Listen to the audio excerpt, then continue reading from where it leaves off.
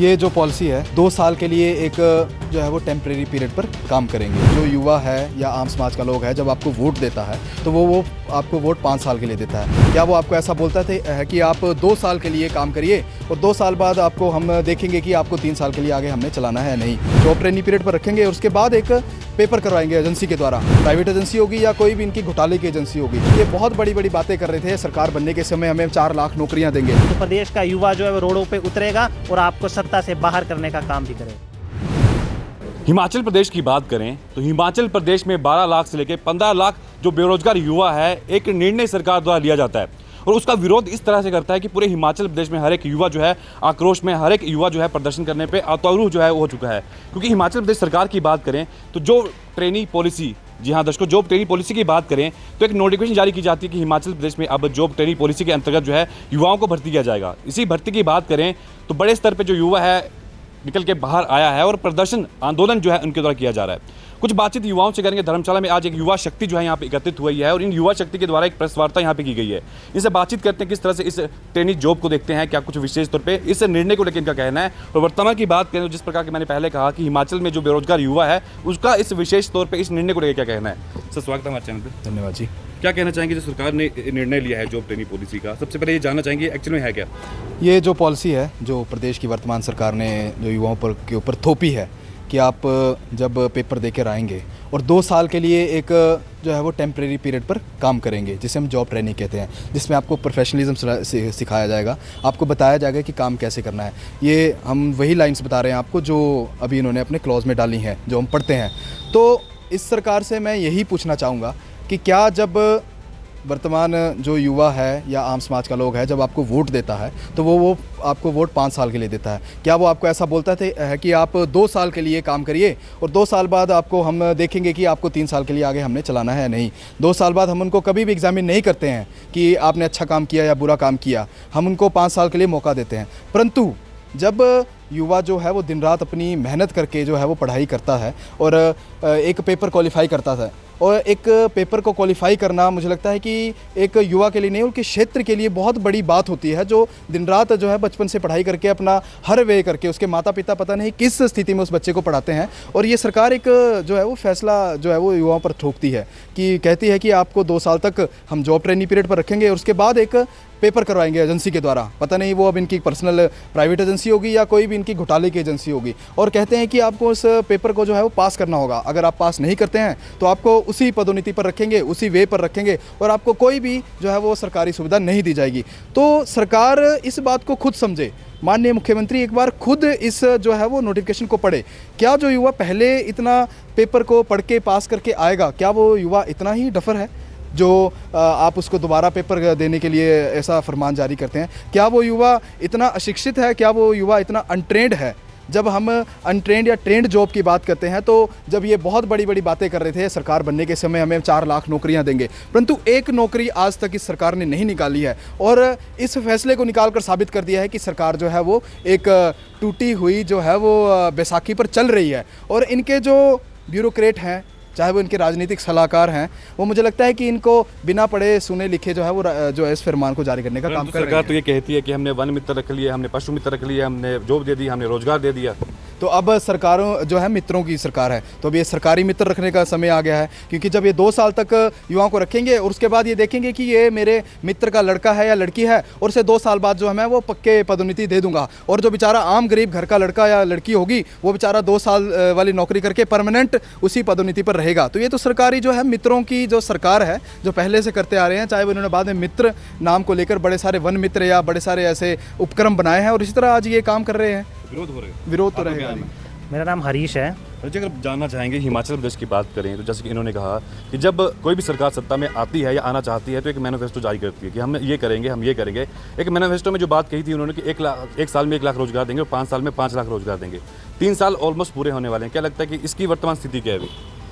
शिक्षा व्यवस्था, शिक्षा जगत की मैं बात करूं तो पूरी तरह से जो सरकार विफल हो चुकी है। और युवा बेरोजगारों की बात करूं तो मुझे नहीं लगता कि इस सरकार ने अभी तक स्थायी भर्ती कोई निकाली है।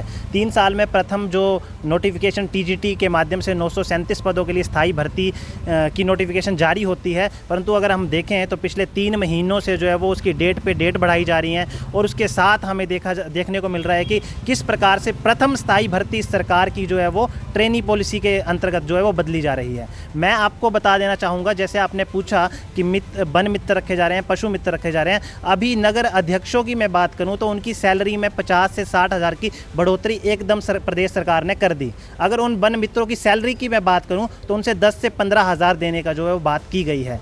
एक तरह का जो है प्रदेश के युवा का आर्थिक शोषण करने का काम जो है प्रदेश की सरकार कर रही है। प्रदेश की सरकार पूरी तरह से विफल हो चुकी है। और आपके चैनल के माध्यम से मैं प्रदेश के मुख्यमंत्री जी को और पूरी सरकार को चेता देना चाहता हूं कि अभी भी आपके पास जो है वो 2 साल हैं। ऐसी जो है दमनकारी नीतियां, युवा विरोधी नीतियों को वापस लीजिए और एक स्थायी रोजगार की जो है वो बात कीजिए। अगर हिमाचल में बात करें तो जो पहले जॉब निकली थी या टीजीटी कमीशन की बात करें तो हर साल हज़ारों की संख्या में जो एक छात्र है बीएड की शिक्षा ग्रहण करता है, परंतु जब एग्ज़ाम की बात आती है तो 4-5 साल हो गए, टीजीटी कमीशन अभी तक नहीं आया। और ऐसे में इस प्रकार के निर्णय यदि आते हैं तो क्या लगता है कि छात्र मानसिक तौर पर कितना परेशान होगा? जी, ये बात आपने बिल्कुल सही कही कि प्रदेश के पहले ऐसे मुख्यमंत्री हैं जिन्होंने प्रदेश के युवा को इतना जो डिप्रेशन में डाल दिया है कि प्रदेश का युवा जो है वो कुछ भी करने के लिए तैयार है।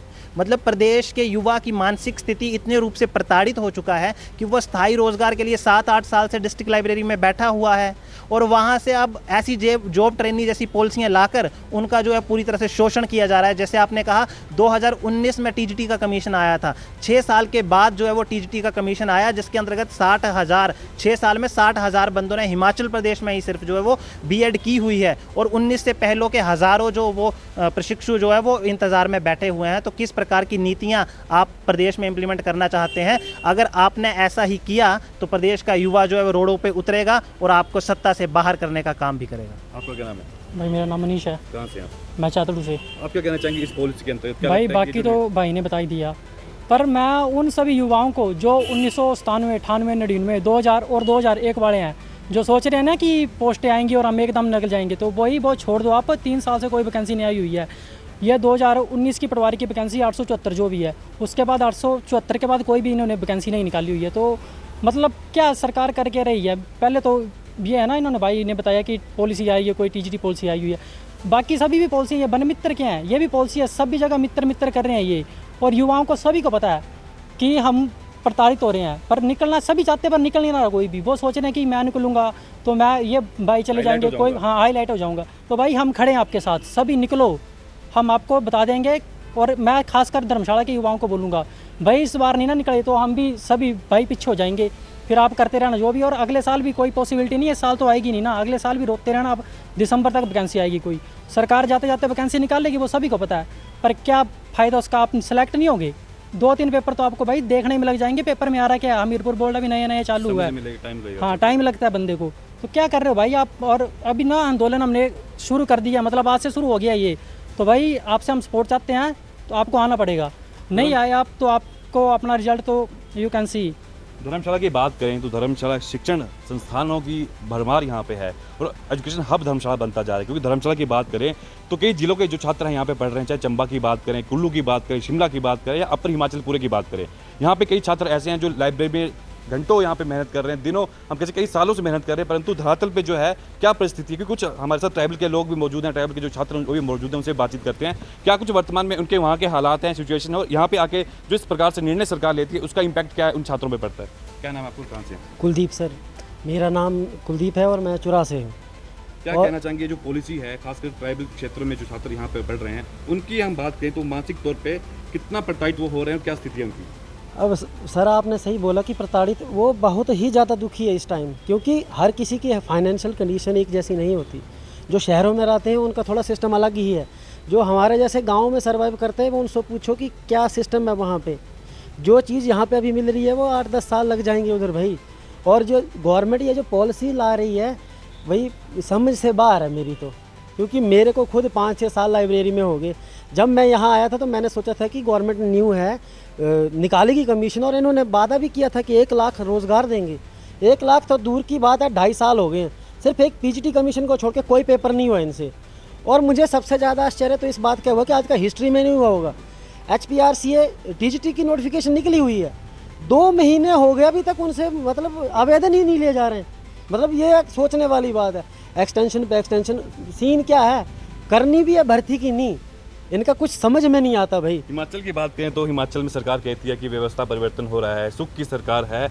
और जब मुख्यमंत्री सुखविंदर सिंह सुक्खू बने थे तो सभी ने ये बात कही थी कि जमीनी स्तर से जुड़े हुए व्यक्ति हैं, इनसे पहले इनका फैमिली बैकग्राउंड पॉलिटिक्स में नहीं रहा है, और कहेंगे जनता की आवाज़ ये बनेंगे और जनता की आवाज़ बन के आगे लेके जाएंगे।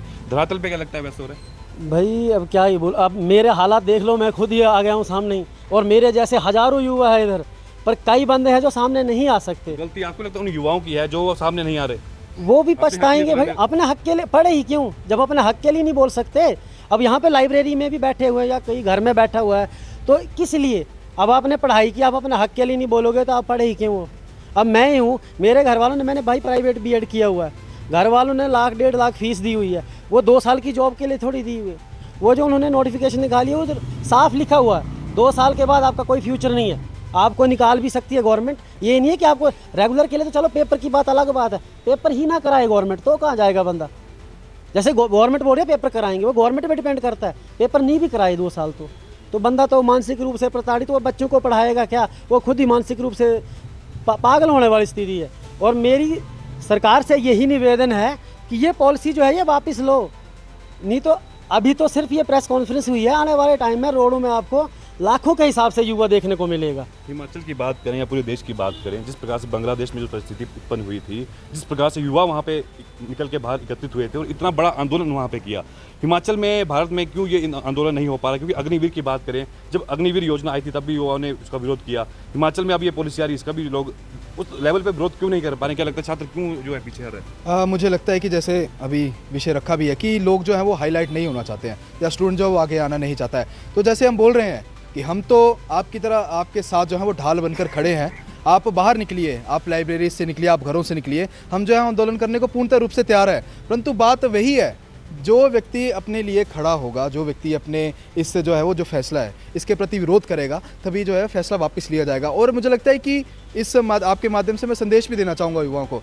अगर आज आप बाहर नहीं निकलेंगे तो कल इसका खामियाजा जो है वो आपकी सभी पीढ़ियों को भुगतना पड़ेगा, आपकी सभी बहन भाइयों को भुगतना पड़ेगा। अगर आज ये फैसला लंबे समय के लिए इम्प्लीमेंट हो जाता है तो मुझे लगता है कि कितना बड़ा ड्रॉबैक होगा। और युवाओं को यही संदेश है कि आप जल्द से जल्द बाहर निकलें, अन्यथा जो ये फैसला आज कागज़ों पर आ गया है वो जल्दी ही जो हमें प्रैक्टिकली रूप से भी देखने को मिलेगा। तो युवा ये ना समझे कि आप अकेले हैं। कई बार युवाओं में रहता है कि हमें जो है वो पुलिस का केस लगा दिया जाएगा या हमें जेल में डाल दिया जाएगा, परंतु ऐसा कुछ नहीं है। अगर ऐसी बात रहेगी तो हम जो है वो बिल्कुल फ्रंट फुट पर खड़े होकर, चाहे वो पुलिस के साथ लड़ेंगे, चाहे वो प्रशासन के साथ लड़ेंगे, चाहे वो जेल में जाने की बात भी है वो युवा जो है वो हमारे साथ रहे, हम जाने को तैयार है, परंतु इस फैसले को जो है हम इम्प्लीमेंट नहीं होने देंगे। जो युवा आपसे जुड़ना चाहते हैं, इस आंदोलन में शामिल होना चाहते हैं, आवाज़ बनना चाहते हैं एक युवा की, वो युवा किस तरह से जुड़ सकता है? जी, जैसे तो आज हम धर्मशाला में प्रेस वार्ता के माध्यम से जो है वो लोगों के बीच मैसेज चला ही गया होगा युवाओं के बीच। अगर आप हमारे साथ जुड़ना भी चाहते हैं तो आप हमारे जो है वो नंबरों से हमसे संपर्क करें। एक बार हरीश जी आपको नंबर बता देंगे और वो आप हमसे फिर से जुड़ सकते हैं। जैसे अगर किसी भी युवा हमारे साथ जो संपर्क करना चाहता है वो 7650915484,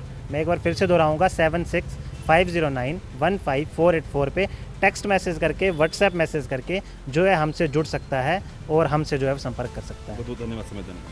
ये थे युवा शक्ति, ये थे वो युवा जो लगातार इस प्रदर्शन का विरोध कर रहे हैं, इस प्रदर्शन को कर रहे हैं और इस जॉब ट्रेनिंग पॉलिसी का हम कह सकते हैं कि इस लेवल पे विरोध कर रहे हैं कि आज पूरे हिमाचल प्रदेश में जो युवा है बाहर आके सरकार को ये चेता रहा है कि इस पॉलिसी को वापस लिया जाए, अदरवाइज सड़कों पर जो है युवा उतरने को मजबूर हो जाएगा और उसका जिम्मेदार कहीं ना कहीं सरकार होगी। अब देखना यह होगा कि हिमाचल प्रदेश सरकार की बात करें किस तरह से इस पर निर्णय लेती है, क्या इस पॉलिसी को वापस लेती है या किस तरह से इसमें हम कह सकते हैं एडिशन वो करती है। तो फिलहाल इस स्ट्रीम में इतना ही, आप बनी रहिए इनॉक्स न्यूज़ के साथ। फिलहाल यानी मुझे अभिषेक धानी को इजाज़त। धन्यवाद। जय हिंद, जय भारत।